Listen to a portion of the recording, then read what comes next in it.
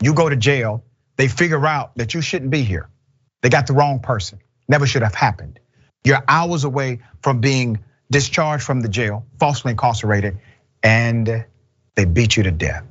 You get killed inside of this jail that you never were supposed to be in.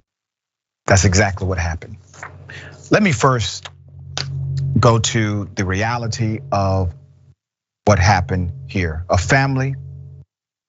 family of a man who was beaten to death by another inmate last year at the San Diego Central Jail has filed a federal lawsuit against the county and the sheriff and probation departments. It's important that they named all of these entities, and I will explain that. Relatives of the 38-year-old Dominique McCoy allege he was arrested due to a wrongful or wrongfully issued warrant. Then after the error was discovered, he was killed by another inmate hours before he was set to be released. Who's the current sheriff? His name is Anthony Ray, okay? He's the current sheriff. Buck stops with him. Now, I will provide some context to this. The current sheriff is not the one who had him on probation.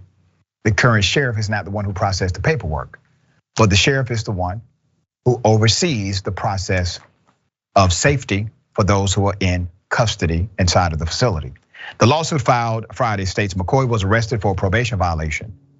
Though his probation was actually terminated nearly 2 months prior, despite the erroneous warrant, McCoy was arrested on December 23rd, 2 days before Christmas. December 23rd, arrested for something that he never should have been arrested for, and remained behind bars for nearly a week before a judge ruled that the arrest was made in error and ordered his release according to the lawsuit. So what challenge do we have here so far? So maybe you have a systemic bias issue, and also you have an issue of over-policing. Remember, probation is a money industry. That's a money-making empire. No, don't worry about going to jail. We're just going to keep you on jail through monitoring, and you now have to pay us to monitor you. Yes, you have to pay us money.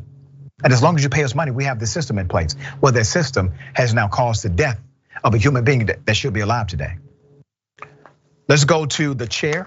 Nathan Fletcher is the chair of the San Diego County Board of Supervisors, right? The county has been sued, the sheriff's office has been sued, the probation department has been sued. These individuals represent the leadership of their respective county. Just before his expected release, the lawsuit states another inmate, John Roman Medina, was placed in McCoy's cell and killed him on December 29th, 2021. Medina, 18, is charged with McCoy's murder and remains in custody, according to the suit. The suit states that Medina, who had been recently arrested for felony animal abuse, assault with a deadly weapon, and violence against a child, should not have been placed with a prisoner like McCoy, who did not have a history of violence. Now, I'm going to say something that many people may disagree with, and I'm okay with it. It's my opinion. I think there may have been something to why this person was placed in this cell. This doesn't make sense. There are categories for placement systematically created once you enter into a facility like this, meaning it's automated typically. No human being is responsible for it because the systems are coded systems. The system would not have allowed this unless there's an override manually somewhere.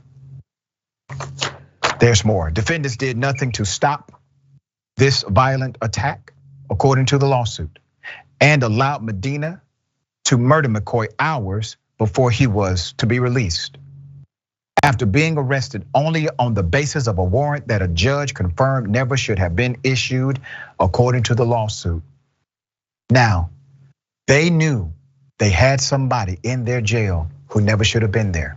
I'm sure he told them over and over again, I'm not supposed to be here. Hell, he may have said, when I get out, I'm going to sue you for what you have done. No telling. You know why we don't know precisely? Because he's dead. According to the lawsuit, nearly 220 people have already died at the San Diego County jails between 2006 and 2022.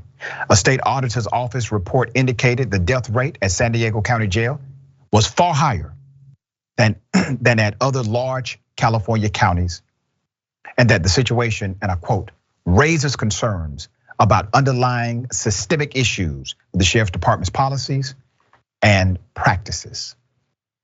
Here we go. Are we just gonna move on as if this did not happen? This person is a human being. This person is real, connected to a family structure, a societal dynamic, is a valuable human being, but now dead. Why? Well, that's the billion-dollar question. We'll continue to follow the story as updates come. David, thoughts here? I just think it's so horrible. McCoy, as you pointed out, he was a non-violent offender. He was not associated with any violence. He's put back in jail because of a probation violation, which is absolutely ridiculous and insane. And then I think to your point, look, it's hard to see how the jail warden didn't know that he was being placed with somebody who has a violent past.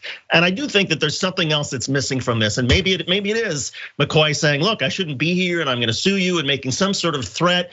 And then the warden saying, okay, well, we're gonna teach him a lesson. And this guy ends up dead. It's horrific on so many levels. We're gonna follow it. We will bring updates.